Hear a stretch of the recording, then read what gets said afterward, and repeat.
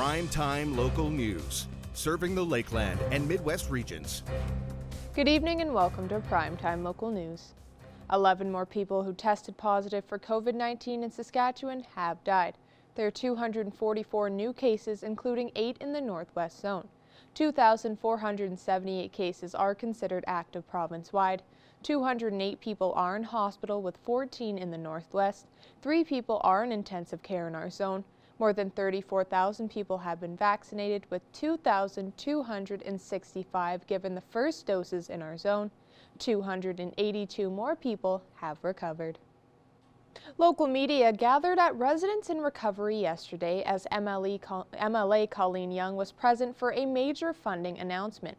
Tate Laycraft reports. Since opening, Residents in Recovery has made it their goal to support individuals who are struggling with addiction.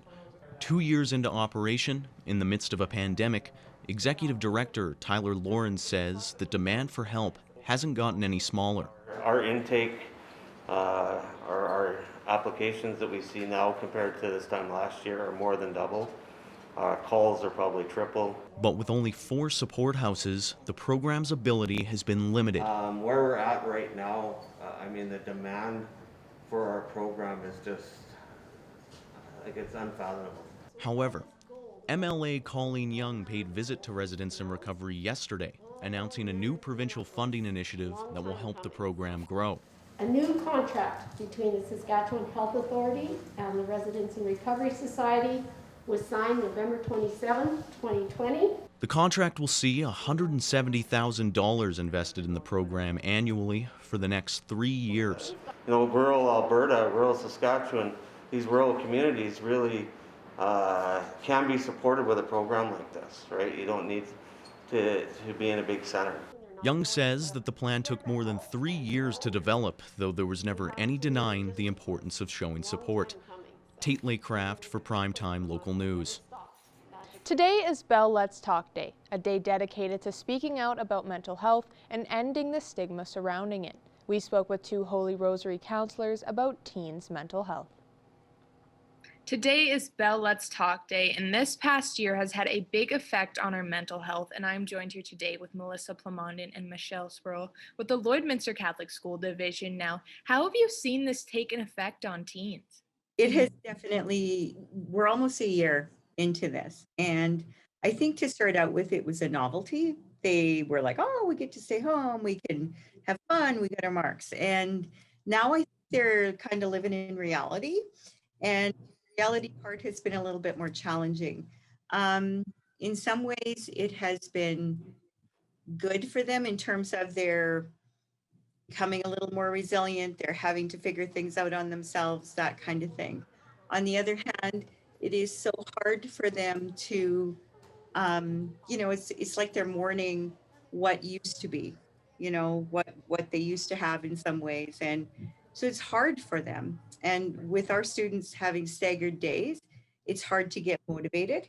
They've been having a big problem with that, especially on the day that they're not here. So I guess we're lucky that, that they are here at least every second day, and they're lucky they get some instruction. Yeah, and as you mentioned, with the different classes and everything like that, what are maybe some things that kids and teens can incorporate that might make it seem like it is a bit more normal and get back to how it was before?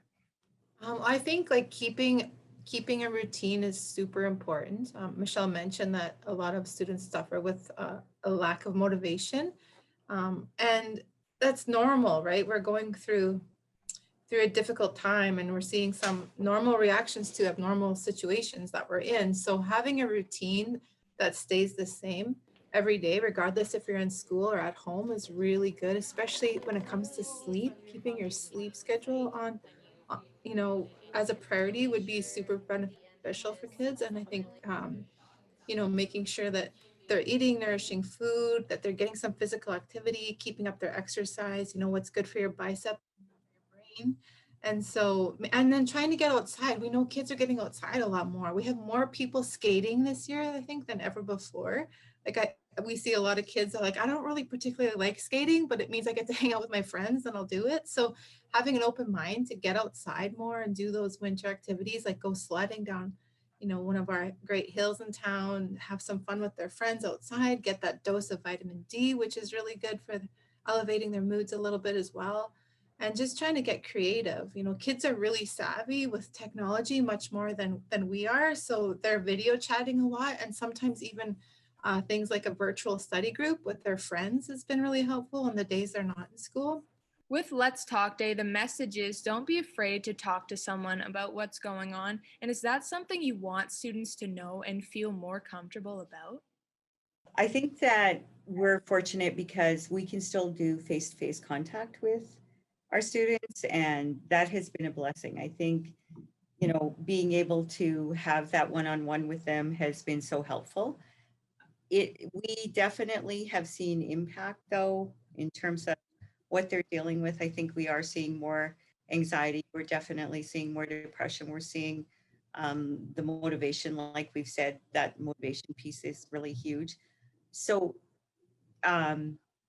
we've had a lot more referrals as well. So there is more people accessing. So hopefully people are being more open to it now. And it's a difficult time, right? It's like, is it COVID blues or is it depression? And trying to sort of navigate that. And I think it really depends on if those down feelings come and go, or if they come and don't go. And that's when we have to really be mindful of that and advocate for each other. Our teachers have been exceptional at sending us referrals if there's any students are concerned about we get a lot of emails, put it that way, and parents have been asking for us to see their students. So we always encourage that, and we have lots of kids that come for help on their own. We're always working at trying to end the stigma associated around mental health, because we know it's there.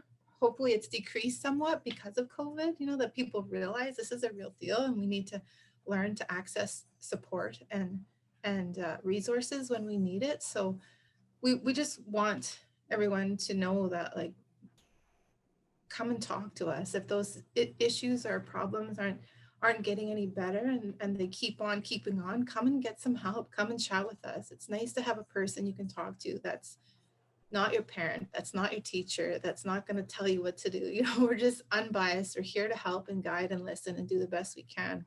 So there's 3 of us in our school. We're really fortunate that we have these supports, because they're definitely needed. Well, thank you both for joining me today.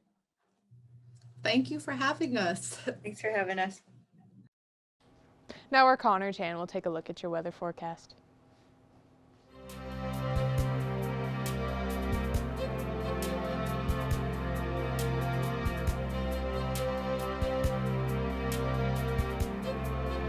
All right, thanks very much, Jasmine. Take a look at temperatures right now, around that minus 16 degree mark right now. We did see a little bit of sun throughout the day, but cloud coverage is still kind of continuing on. But we will see a little bit of sun later on into the weekend, and then even some warmer temperatures. But of course, the wind chills kind of died down a little bit as we see. It's just not as heavy as it was the last couple of days. It feels a little bit more, though, like minus 21 with that added wind chill. As we take a look at some other temperatures in the area right now, Vermilion, Marwayne, and Wainwright also sitting around that minus 16 mark there. Minus 18 out in Vegreville with minus 17 in St. Paul. We also see minus 14 there in Bonnyville right now. Minus 14 in Maidstone and Macklin, as well as in Meadow Lake as well. Minus 15 for North Battleford, and then up north there in northern Saskatchewan, we see minus 14s there in Meadow Lake and in Isle La Crosse as well. Not a whole lot of activity on the satellite radar map. Not a whole lot of potential of some flurries. There could be some a little bit overnight continuing on tonight here in the area. We could see that picking up a little bit overnight tonight, and then mostly cloud coverage throughout through tomorrow. But then, of course, as I mentioned, some sunshine expected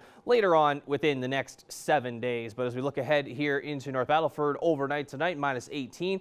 Going into tomorrow, minus 12 with that cloud coverage continuing on there. As we look ahead into Cold Lake, minus 19 overnight with those cold temperatures kind of continuing. So kind of similar to what we see today. They could be closer to that minus 25 range overnight. The same with into tomorrow with that minus 15 as the daytime high. And then for us overnight, minus 17 for us here in Lloydminster, and minus 14 tomorrow throughout the daytime with that same cloud coverage continuing on. Now, as we look ahead here into the next 3 days here, as my screen is there now as it just finally starts to catch up there. Minus 13 there for Saturday, as that low there of minus 21 to start the day. So a little bit chilly to start off Saturday morning there with the wind chill. Could feel a little bit more like minus 23. We'll see a little bit more sun there on Sunday with that daytime high there of minus 12. With the added wind chill, could feel a little bit more like minus 22. That is a first look at your weather forecast. We'll have more primetime local news coming up after the break.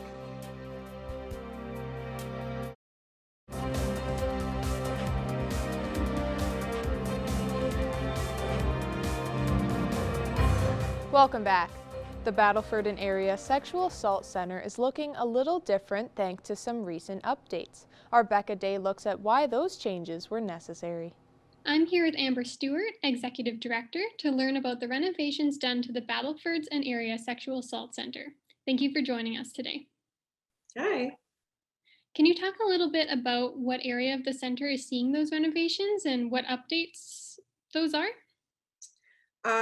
Well, if you think of a regular bungalow style house, that is the way our office is located in a house in a residential area. So one of the bedrooms was a counseling office, and we just converted that room to meet the requirements that the RCMP needed. So it's still an office space that's used for counseling one-on-one clients, but it also then has the needs of the RCMP to do the statements from survivors. And what was the reasoning behind these changes? Well, it's something that's been on my mind for a while. I really have to give credit to Lloydminster Sexual Assault Center. I early on when I started at BASAC, I was able to see their center and Little Bear Advocacy Center and how great it is. And so I've always thought, how do I do something like that in my community? And then recently, just working on the relationship with the RCMP and looking at community needs and how we can do better to support survivors. We had some funds that I was able to allocate, and I thought, okay, I'm just going to pitch this to Staff Sergeant Teniak and see what he says. And I was very happily surprised when he immediately was on board, thought it was a great idea, and got to work to make it happen on his end. So it sort of started in my mind 4 years ago. And then in August 2020, it sort of was like, okay, now is the time. And now here we are. Awesome. While this is a fairly recent renovation, have you noticed a response from those interacting with the room? Well, our clients that are using it for counseling have commented on how warm the room is.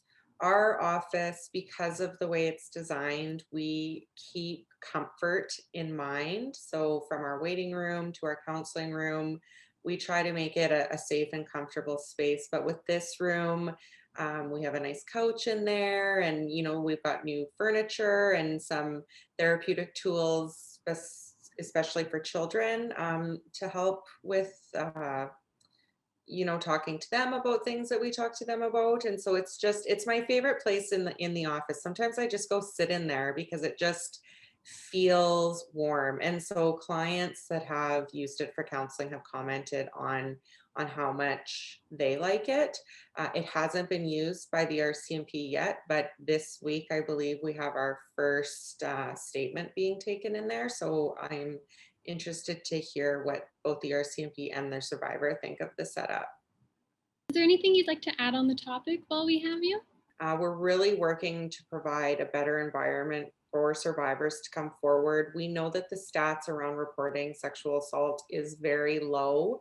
And so if we can help survivors feel safe and comfortable and supported when they come forward to give that statement, the hope is that the RCMP will then be able to get better information that they need to then take onto the Crown and through the legal system, and just in a more mentally, emotionally, and spiritually safe way than how it currently has been being done. So we're really excited. I'm excited to be able to offer this to the people of the Battlefords and surrounding area to come in and access the service.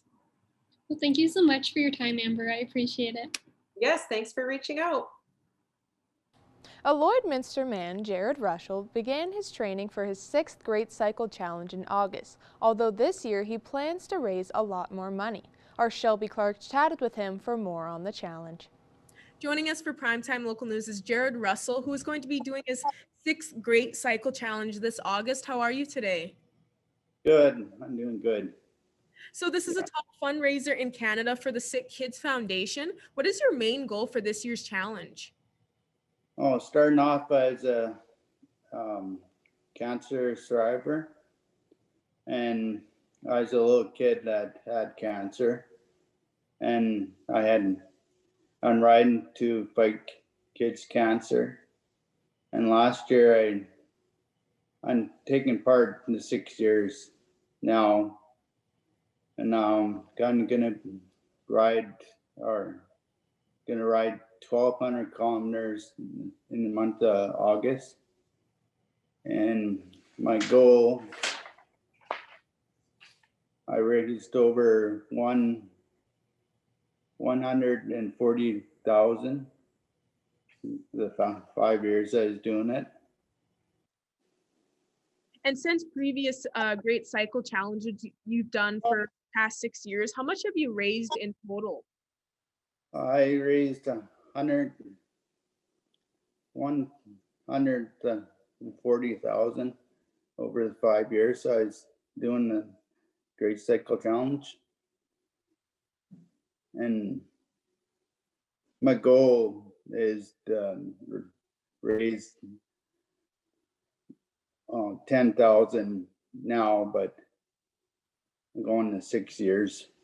And can you tell me more about your inspirational video that was broadcasted on AMI TV? Oh, I don't know, it's just a friend that Zui or Saeed that asked me to do the video on mental health. See, I went through during my years, and I had brain tumor when I was 4 years old, and I was partly paralyzed, and they just want to find out how I didn't. And do you plan to do the Great Cycle Challenge every year from now on? Yeah, just help the kids in the hospital, just raise money for the sick kids that are in the hospital, that they don't have a future, just to get medical help kind of thing. It's out of Toronto, the Sickkids Foundation. It's out of Toronto, and it's dear to my heart, actually. It's one of them. I was 4 years old when I had a brain tumor, and I put on this. I just found it on the internet. The kids that had the Great Cycle Challenge, and it is for kids that it's for me, actually, just to get out on a bike and raise all this money just for the kids that are fighting cancer. And throughout your previous years with this Great Cycle Challenge, how has support been from residents? Did you receive lots of support for this, for how much money you've raised? Yeah. Oh, the community is pretty good. And I have friends that helped out too. And family, it's a big thing for me too. They help. They're awesome helping me out. 6 years I was doing it, or 5 years I was doing it. And how has the training been going so far this year for getting prepared for August? Oh, it's good. Yeah. It's off and on. I'd rather be on the paths, bike paths, but winter slows me down pretty good. It's hard to focus on your goal. I train in August last year. I'm ready to train this August, coming to. And for people that don't know, how can they help donate for this? They can go to greatcyclechallenge.ca, and rider, it's Jared Russell, and they can donate on the website. Just go to rider and put my name, Jared Russell. Well, perfect. Thank you so much for joining me today, Jared, and best of luck to you when it comes up in August. Thank you. Now here are your stock market prices for today.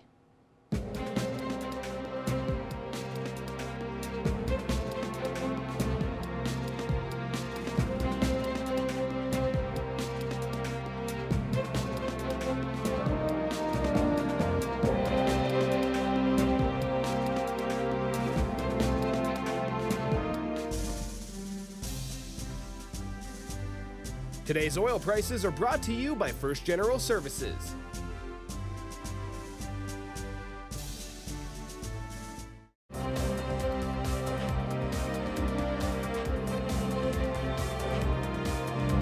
Welcome back. The Alberta Government and Agriculture Financial Services Corporation are teaming up to give farmers a break on their crop insurance this year, reducing premiums by 20%. Eric Bay has more on the move.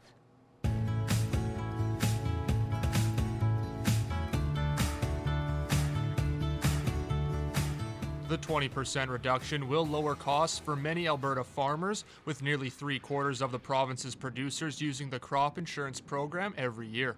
And that equates to about $55 million going back into the pockets of farmers, which if you break it down per acre, if you had a 2,000 insured acre or 2,000 acre farm, it's about $8,000 in savings this year alone. Alberta Minister of Agriculture and Forestry Devin Dreeshen says part of the motivation for the reduction is the looming increase of the carbon tax. The federal government has announced the carbon tax will increase to $170 per ton by 2030. There's other supply chain increases through a carbon tax that farmers ultimately can't pass on to others. The buck stops with them.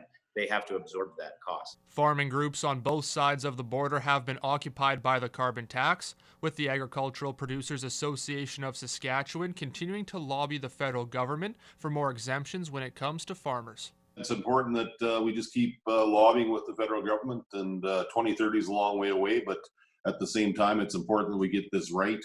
The cost is going to escalate over the years here. We've seen a recent increase just January 1st, so it's time to get serious. Dreeshen says lower crop insurance premiums will help Alberta farmers stay competitive in international markets. In agriculture, about 80% of what we produce gets exported internationally. And so we are competing against the Australias of the world and other similar countries, Russia, that don't have carbon taxes, they don't have punitive regulations. Producers' grain drying and transportation costs are not currently exempted under the carbon tax. Eric Bay, Primetime Local News. Now we'll take a look at your egg prices.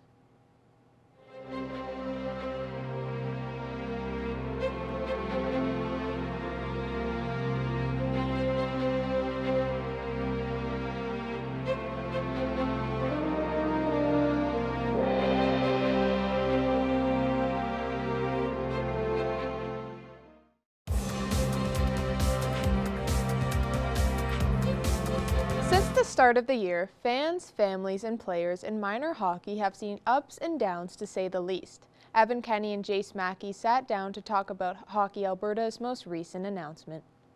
As Hockey Alberta sets a deadline to start planning return to play for 2020-2021 minor hockey season, joining me to talk a little bit more about this is Evan Kenny, our sports reporter. Evan, thanks for taking this time.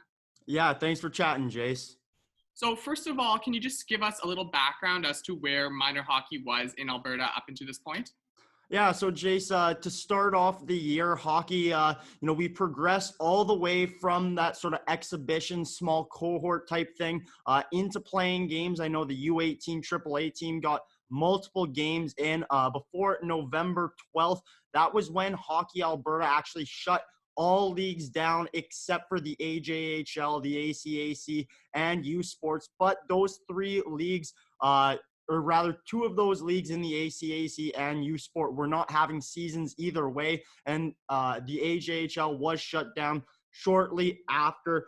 So then to start the new year, Hockey Alberta also announced that there would be no provincials this season. So currently teams are sitting without a regular season, but also without a provincial championship. Okay, so now that we got a little bit more of the background, where is minor hockey at? What's the most recent update to this point?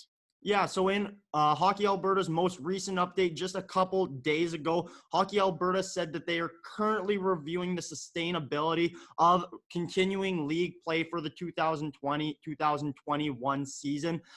If February 1st comes around, Hockey Alberta, as well with the Alberta government and Alberta Health Services, are looking to see if anything changes COVID-wise by February 1st. That is their firm date to see, what could happen after that point. So as we jump ahead to this upcoming Monday, if no new information comes out, what's going to be happening to minor hockey associations?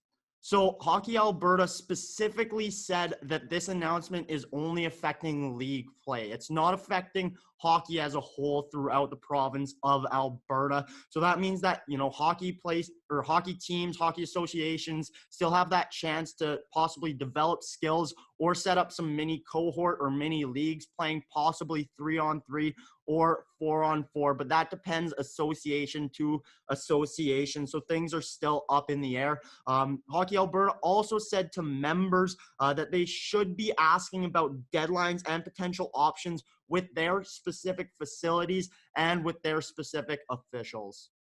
So let's say we get some new information from Hockey Canada and the season gets to go ahead. What do we go on from there? What happens next?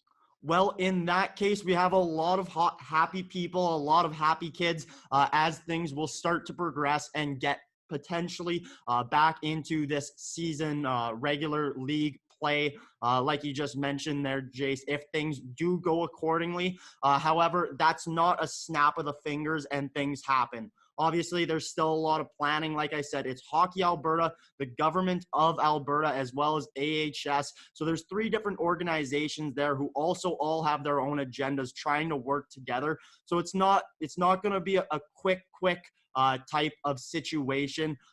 There is potential that we will have to go back through that mini cohorts and practice type of a season before we get into this league play.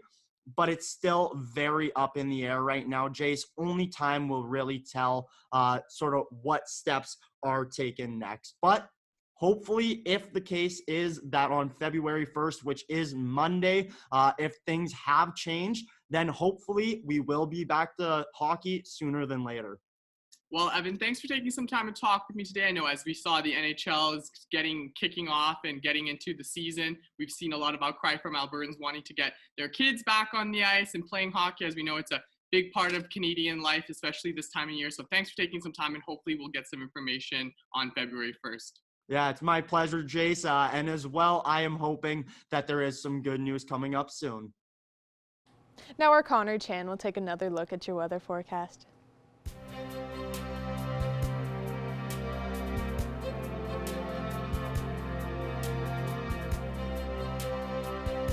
All right, thanks very much, Jasmine. Take a look right now, still around that minus 16 degree mark right now, as we're going to see that at least for the rest of the evening, and we're going to start to see temperatures kind of drop a little bit, but the wind chill is still going to play a little bit of a factor, but we're still going to see temperatures kind of in that minus 20 range with that added wind chill. As you look ahead out west, minus 15s in areas like Cold Lake, Athabasca, Edmonton, and Edson, at minus 16 degrees in Rocky Mount House with minus 9 in Jasper, one of the warmer spots there. Take a look ahead into Saskatchewan, minus 15 out in Melfort, minus 13 for both Prince Albert and in Saskatoon, minus 15 in North Battleford, and then minus 14 right now out in Meadow Lake. Now as we take a look here up north, minus 16 for La Loche and Buffalo Narrows, minus 15 in Larange, Flin Flon, and its south end, minus 16 there for Stony Rapids, minus 21 up in Uranium City and Fort Chipewyan as we look ahead into Alberta. So still pretty cold in those northern, far northern areas of Alberta and Saskatchewan, minus 19 for Fort McMurray, as well as in Grand Prairie, minus 22 for High Level and minus 18 there for Slave Lake and minus 21 there for Peace River.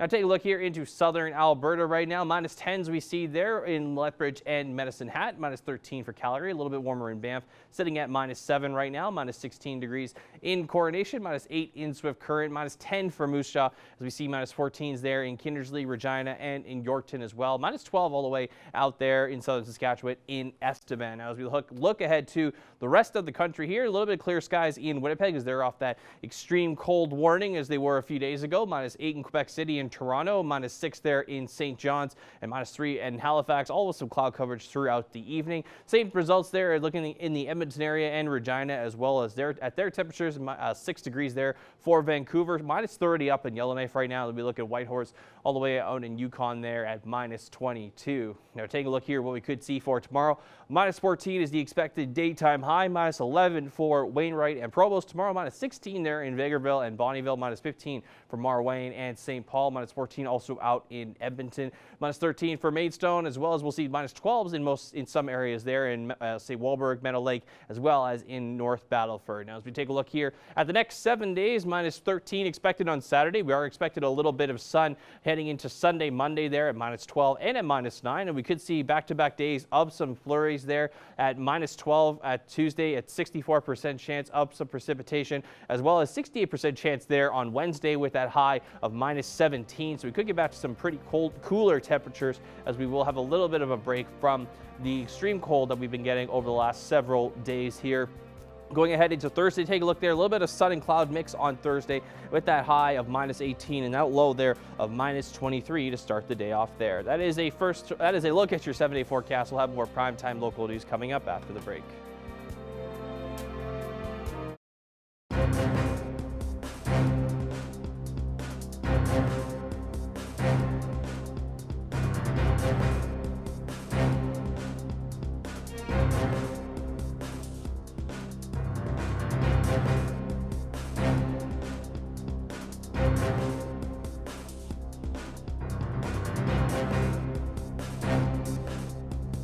We're joined once again on Primetime Local News today by Lauren Rodick-Eberly, and Lauren has been joining us through the month of January, talking about a number of different things in regards to parenting and being a new mom. Thanks again for joining us today, Lauren. Thanks for having me again. Well, Lauren, today we are going to talk about some of the fun things that you can do as mom, first-time mom, and even, you know, if you have multiple children. One of the things that you have been doing with your baby girl Collins is a tub swim. Now, this is a little bit unique, and obviously it's a little tougher for some people to get out with kids who like to swim because of, you know, regulations and things happening now. So tell me about the tub swim and how this works to get her interested in being in the water. Oh, it is fantastic. I always thought I wanted to get Collins into swimming early and do swim lessons. And now we've been able to, luckily, during COVID, with KK Online Swim. So that's the company we take online swimming lessons with. And we just get in our swimsuits, get in the tub. We have an iPad app, but I think you could use a phone or a computer too. And we have the instructor right there. And we've learned so much that I'm excited for one day to get her in open water and to experience and practice all the things that we've been putting into use. But it's such a good bonding experience too, because even when we're not taking the lessons, that's an activity we do together. We hop in the tub and swim. Why did you think it was important to get her started at a young age and get her used to being in the water? I know that obviously that babies are bathed on a regular basis, but to do it from the point of swimming and get her interested in showing her how to do that while she's still very, very young. I think swimming is definitely a life skill that everyone should have if they have the ability to, for safety. And also we spend a lot of the time on a lake in the summer. So for Collins, I definitely wanted to make sure that she had water safety behind her. And as a perk, it's just a really fun activity to do. And one of the things that you had talked about too is that there's a sensory type of a game that you play with her, just to, you know, kind of get her started again early on a lot of these things. So tell me a little bit about that. Yeah, we like to do a lot of sensory play, which is really good for a kid's development, but it's also just a fun thing for us to do because it once again switches up our activities. So I'll create kind of different crafts for Collins and then we'll play them together. So for example, this week we took an empty tissue box and I filled it with juggling scarves, the scarves you would see like a magician pull out of a hat. And we just filled up the tissue box with it and she pulls them out, puts them back in, pulls them out, puts them back in. It's really fun. And another thing too, a lot of parents will start doing with their kids early is reading, and you know, using a lot of the books that are meant for kids at a very young age. Why is it important to get kids hooked on books early in their life? It's important for them learning to read, going to school, and also just the enjoyment of reading. So the earlier you can start, the better, I think. Partly too for parents getting used to it, because I say you don't really have a 2-year-old and then all of a sudden just pick up a book for the first time. So you getting the habit of making an activity is really beneficial. And Collins loves the reading. Sometimes we might even just be reading and she'll be crawling around the room, maybe playing with some other toys too. But I feel like she's grasping all the words, and that will help for her language development too. Well, and how do you continue to make it fun, Lauren? Because, you know, with kids, sometimes their attention span isn't very long. So how do you kind of go day by day and just look to make it a fun day for her every single day? I think a big thing is that I also try and have fun with it. So, I mean, even if I'm baking and she's on my hip baking with me, or if I'm playing the piano and she hops on and plays the piano too. So I think pulling your kids into the activities that you're doing as well makes it fun for everyone. All right, well, thank you so much for joining us today, Lauren. And if anybody would like to follow you on Instagram, I guess would probably be the best place. And you have your website as well. Do you want to just give that information so we can let our viewers know how to reach you? Yes, it's Lauren Rodick Eberly on both. So on Instagram at Lauren Rodick Eberly, and on my website, laurenrodickeberly.com. Okay, well, thank you so much for joining us today. We really appreciate it, and we'll speak to you again next week. Thank you. See you again.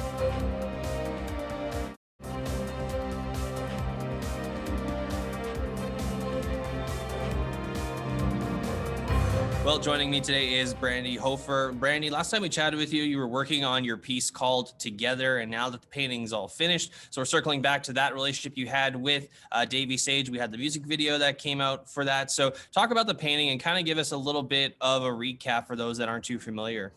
Okay, so back in the spring, Davey Sage, a Saskatchewan musician, called me.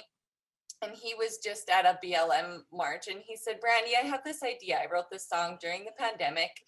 It's called Together. It's all about, you know, the world working together and coming together during this time.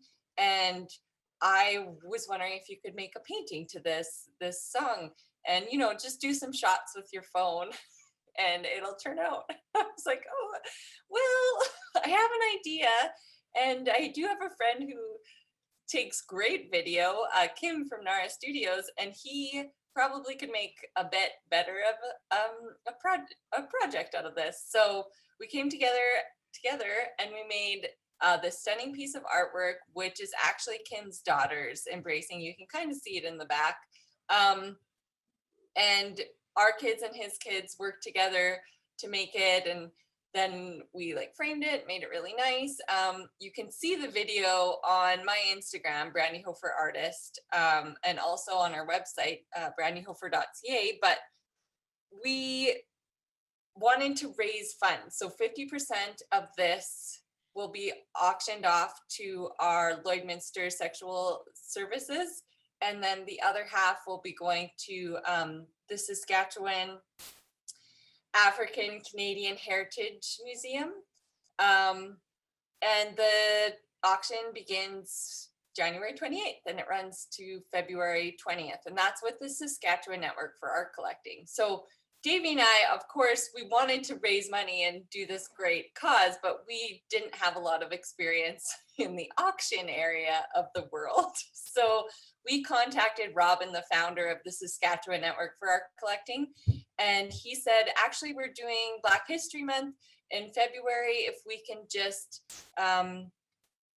put it with that auction, I think would be a really great fit. And I agree. And so it's going up. It's finally happening. It's really rewarding, and we're so excited. You mentioned how one half of the funds are going to the Saskatchewan African Canadian Heritage Museum in relation to Black History Month. And of course, the other half are going to the Lloydminster Sexual Assault Services. What made you want to give that other half to the Lloydminster Sexual Assault Services? Well, it's my auction of choice. I just feel like we have such a big surrounding area, and it's an ongoing thing that needs to be supported in our community. It's really close to my heart. My friend actually, she works there, so I know they need the funds. Like I just chatting with her, and it's so important to our surrounding area. So, and Lloydminster, of course. And then with the other half of the project with Black History Month, I think that's also really needs to be talked about. The whole thing is to increase representation of Black subjects in private and corporate and public art collections in the province. So all around, it will be just to raise awareness around all these things, and of course, money for great causes. So one of your signature things in your art, Brandy, is incorporating your kids, and now you have other kids involved with this project. And does that add kind of extra incentive to help raise the funds that you are looking to raise? Yeah, it pulls at your heartstrings seeing the little kids work together, and it's so special. Kids really don't really know what they're doing. They're just having a good time, and they came together. Hopefully I can tell them that it is for a good cause, and we will raise funds, and maybe I'll catch that on video or something and share it later, what their opinion is on that or their outlook. Now, off the top, of course, you did mention that the auction takes place on January 28th up until February 20th. So where can people go to take a look at the painting and also make a bid if they want to? The Saskatchewan Network for Art Collecting. I actually have the links all on my site. I know it's kind of a mouthful to say Saskatchewan, and it's like SKNAC, so it's hard to find, but I have everything on brandyhofer.ca, all the links. You can easily click from there to get to the auction once it's running. And yeah, it'll all be pretty smooth from there, and then the bidding begins, and yay. Well, Brandy, I really appreciate your time, and thank you very much for joining us today. Thank you so much. It was a pleasure to chat with you. All right, taking one last look here at your weather forecast. -14 heading into Friday. We are starting to get a little bit warmer, and warmer, I say that kind of loosely, as we've seen, the extreme cold temperatures over the last several weeks here. Now we're kind of starting to see a little bit dying down there with kind of not as heavy winds as we've seen over the last little bit here. -14 heading into Friday.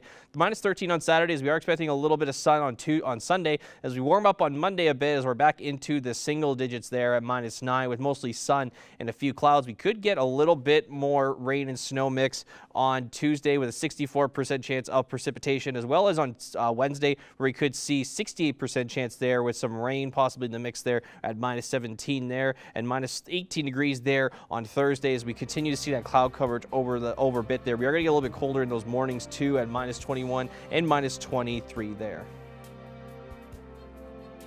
For joining us on Primetime Local News, have a great night.